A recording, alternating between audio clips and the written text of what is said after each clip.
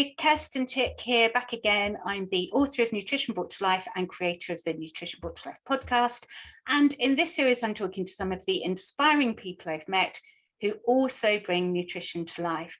So I've been chatting with Sally Duffin of Nutrition in New York. She's a health writer, a nutritional therapist, and author of Natural Nutrition for Perimenopause, What to Eat to Feel Good and Stay Sane. Now, if you listen to the last episode, you'll already have met the lovely Sally, and now she's back and we're talking more about her book. So this fantastic book that I love, what made you focus on perimenopause? It's a good question, that, because I was actually writing a different book at the time when this one just kept nagging away at me in my head. I was like, no, I have to write this book about perimenopause because I could see some of my friends starting to go through it. I was starting to get very, very early signs at that point because it was a couple of years ago that I started writing it, whereas I'm much more in the throes of it now. And I just realised that there wasn't enough really out there. And in the 2 years since I started writing it, it's come out, I think the whole conversation around perimenopause and menopause has really exploded, which is fantastic because it's something that needs to be talked about a lot more. But at that time, it was still a little bit underground almost, I mean, within our circles, sort of within nutrition and health, it was talked about, but you'd still get women kind of not having a clue or just being told by the doctors that hot flushes are the only symptom, anything else, no, you need to be on antidepressants or there's something else wrong with you. So I could see there was a definite need for women to be able to have ideas and tools that were more empowering, that they could use everyday things, and food is such an everyday thing. If we can use that to support what we're going through, then I think that's really important. So hence the other book got put on hold and this one got written and it's still on hold. I've not gone back to it. Well, you're right. It has suddenly there's been an explosion, hasn't there, of information about the perimenopause and menopause, people talking about it. In fact, the word perimenopause itself it's like it's just entered the Oxford English Dictionary or something. People never used to discuss it. It was like the menopause, I thought your period stopped and you went through a couple of years of hot flushes and being antsy, and that was it. But actually this knowledge that you can have 10 years sometimes of perimenopause building up to it. Absolutely, it can be years, it can be a really long run up to it, because like you say, there's this idea that the menopause happens and that's when we get all the symptoms, and then our periods stop and that's it, you're done, when in fact the menopause is simply that moment in time when you haven't had a period for 12 months, and once that's happened you are considered to be kind of gone through the menopause. So really the menopause is just this moment, whereas all the crap that leads up to it, that's the perimenopause, and that's what we're experiencing, and that is what can go on for, like you say, 10 years even. So women in their kind of mid-late 30s need to know that these things are coming, this is what's ahead. And the more we know about it, the more we can do about it, and then the more easy it is to manage. And that's it. It's the women in their mid to late 30s that need educating about this. Those of us who are a bit older now, we're in it. We know what it's like. Although a lot of my friends, like you say, we kind of had forewarning because we studied in a subject that teaches us about menopause and perimenopause and how you can support that nutritionally. But so many of my friends and the people that I come across had no idea whatsoever. So this information really does need to get out there. A few people or there seems to be this kind of sense that it's quite scary though, and there are women or people in their 20s and 30s who are thinking, I'm going to hit this menopause one day, and it's terrifying for them. What would you say to those people? I would say that it's like any big change, that any change can be scary. Certainly when it seems a long way off. I think sometimes we fear things more when they're in the future than actually when it is happening. But it doesn't have to be scary. It is about acknowledging that you are going to go through this thing and giving yourself the time and space and talking to people about it. It doesn't have to be isolating. I think so many women, and for generations, have felt very isolated by it. It never was the thing that you talked about, in the same way that we never talked about periods. Go back 50 years and all this kind of stuff was very much hush hush. So I think knowing that there is help available and that there are people that you can talk to, there are things you can do. It doesn't mean, it's not a life sentence that after menopause everything goes downhill and that's it. Certainly not. It's more of a resurgence. Yes, you will change, but you will come out of it, different and in a good way. It can be very empowering. And there's so many women who say that they feel better than they did in their 20s, having gone through menopause, like, God, no, this is amazing. So I think looking forward with hope is important. Yeah. And so many people have different experiences as well. So some people will sail through menopause and hardly notice it. And some people will, really have a ghastly time of it. Yes. So that there's a lot of individuality too. Not everyone is going to have that complete roller coaster. No, they're not. No, I think it's the same as with puberty and with periods, and even for women who've had children with pregnancies, it's all a unique individual experience. So what one person has gone through doesn't necessarily mean that you will, have that. If someone's had a terrible time, it doesn't follow that you will too. Your experience will be your own experience. Yeah. So let's have a chat about the kind of support that's available for people with perimenopause. It sounds like it's a disease, people experiencing perimenopause. It's not a disease, it's a natural transition. So you've mentioned talking and sharing information. Yeah. There's been a lot about HRT recently, and restricted access to HRT, and also running out of HRT, and how every woman, every person experiencing menopause should be on HRT. What's your take on all of that? Yes, interesting one. It's good that it's being talked about, and a lot of women do want to have the opportunity to go on HRT, and I think if a woman wants to try it, then definitely it should be available to them. I disagree with this slight changing of the narrative which is starting to happen now, which is around menopause is a deficiency of hormones. It's a deficiency, disease condition, there's a lack of, and if you don't take this medicine, you are going to be deficient in some way for the rest of your life. And I have a real problem with that, because like you say, this is a natural transition, and it's an adjustment of our body. Our body is getting used to a new way of being. So yes, there's going to be a bit of upheaval, various symptoms, whilst the hormones balance themselves out. But then they can even out, and we adjust to that new set point.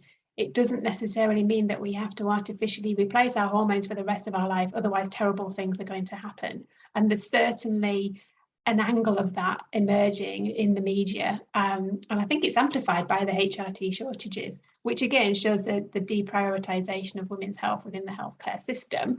Because there's certainly no shortage of Viagra post-Brexit. They made sure that supplies were available before Brexit happened. The same cannot be said for HRT, unfortunately.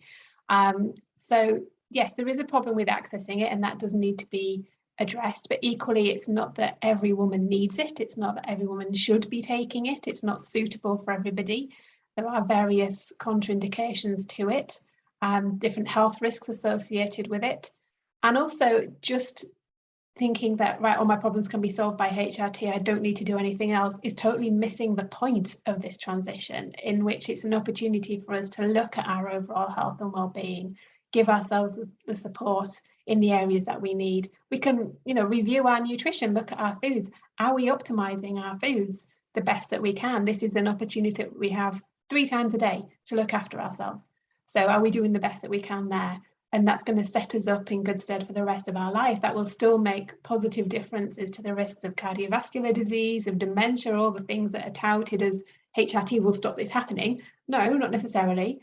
And there are lifestyle factors that you can change to reduce those risks, to modify those risks equally as much. Brilliantly put, concisely put, comprehensive. This is why you're so good at what you do. I agreed with everything you just said that. And this whole medicalized, or treating menopause as a disease, treating menopause as a deficiency of hormones. I saw somebody the other day liken it to diabetes. Where people have a lack of insulin with type 1 diabetes, menopause is just like that, whereas it's not. We have natural processes that can help us adjust to this new balance of hormones. We still produce hormones post-menopause. It's just how we maximize that and adjust to the different kinds of hormones that we're producing. So yes, of course, some women will benefit enormously from hormone replacement therapy, HRT, but for all of us, whether we're taking HRT or not, like you say, we eat 3 times a day. So you've produced this wonderful book, which is really engaging and accessible, and there's some humor in it. There are some really great lots of really good practical tips in it.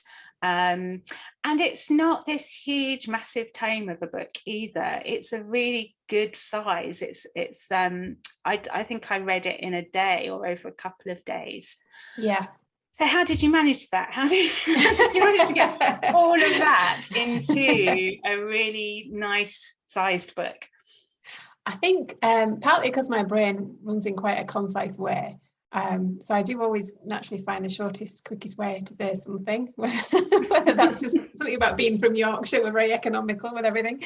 But I'd never wanted it to be a big tome, actually. So when I originally set out, it was always a plan to have it to be this sort of shorter guidebook, dip in and out of. And I love it when people say, like you've just done, I read it really quickly and I read it in a couple of days. That's brilliant, because I want that to happen. And then people can just dive back into the necessary bits that they need to refer back to. I want to see it with bent down pages and creases in the spine and post-it notes. That shows that the book is being used. So I think I included little bits of the background about why things are happening, because I think it's important to understand why things are happening, because then the steps that you are going to follow to make changes make sense. But I wanted it to have that heavy practical edge, so that women can think, well, God, yeah, I'm having hot flushes. I don't really need to know all the ins and outs. What do I do about them? So it's much more on the practical side. Brilliant. So you've mentioned hot flushes. Not everybody gets hot flushes, but it's a very common feature of perimenopause and menopause. What are your top tips for hot flushes then? I think they're so intimately involved with our nervous system. So anything that is giving us a lot of stress is going to trigger our hot flushes. And that can be emotional things, it can be physical things, but equally it can be diet. So if we're drinking a lot of caffeine, a lot of alcohol, they're two of the biggest triggers for hot flushes. So just, straight away looking at your levels of caffeine and alcohol and doing what you can to minimize those and see if that makes a difference. Blood sugar balance, again, is key. And I think as nutritional therapists, we spend so much time talking about blood sugar balance, don't we? About making sure that you're not skipping meals, you're not going too long without food, that you're really keeping an eye on the refined sugary foods that you're having, because they send blood sugar levels very high, which are followed by that drop afterwards, which can trigger a hot flush. So making sure that your meals are balanced, snacking if needed to keep the blood sugar levels stable.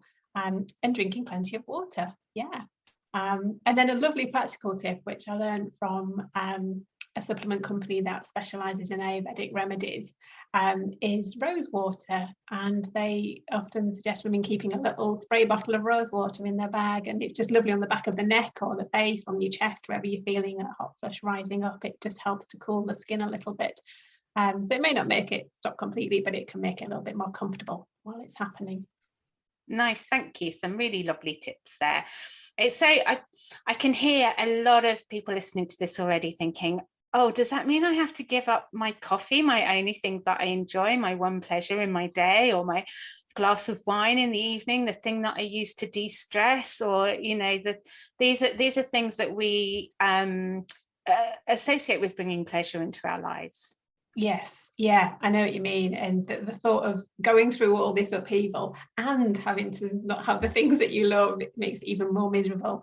No, it's entirely up to each person what they do with this information. But I think even if you understand that the wine you're going to have in the evening is going to give you some hot flushes in the night, at least you know why it's happening. And then it's up to you if you want to try and reduce the amount that you're having, or you maybe switch to a non-alcoholic version and see if that makes a difference, in the same way that some people switch to decaf, and that makes enough of a difference to their caffeine levels to help reduce the hot flushes. Because that knowledge is empowerment. What you do about it then is a separate thing. But rather than feeling at the mercy of your hot flushes and not knowing what's going on, at least you've got some clues as to what could be triggering. And then you're making that informed choice. You might think, actually, no, I really want to have this glass of wine and I'm going to enjoy it. I know I may have some hot flushes later, but I'm prepared for that. I just want to enjoy this wine. That's fine, do it. Brilliant. And on that lovely positive note, have the wine. So where can people find you, Sally? If somebody wants you to come and do some writing for them or run a workshop for their organisation or community or company, where can people find you? You can find me at my website, which is www.nutritioninyork.co.uk, and I'm on pretty much all the social media platforms now as Nutrition in York. So I'm on Facebook, Instagram and Twitter as at Nutrition in York. You can find me that way. Fabulous. And where can people buy your book? The book is available from Waterstones online, and it's available from Amazon as paperback, or there's a Kindle version as well. And you can get it direct from the publishers, which is ypdbooks.com. Lovely. Well, thank you so much for coming back and talking with me and telling me all about the book and sharing some really brilliant information about perimenopause and menopause and all of that. It's been a real treat, and it's been so lovely to see you again. It has. It's been an absolute pleasure. Thank you for having me on, Kirsten. Brilliant. You're welcome. Okay, everyone. So thank you for joining us once again, and I will be with you again soon.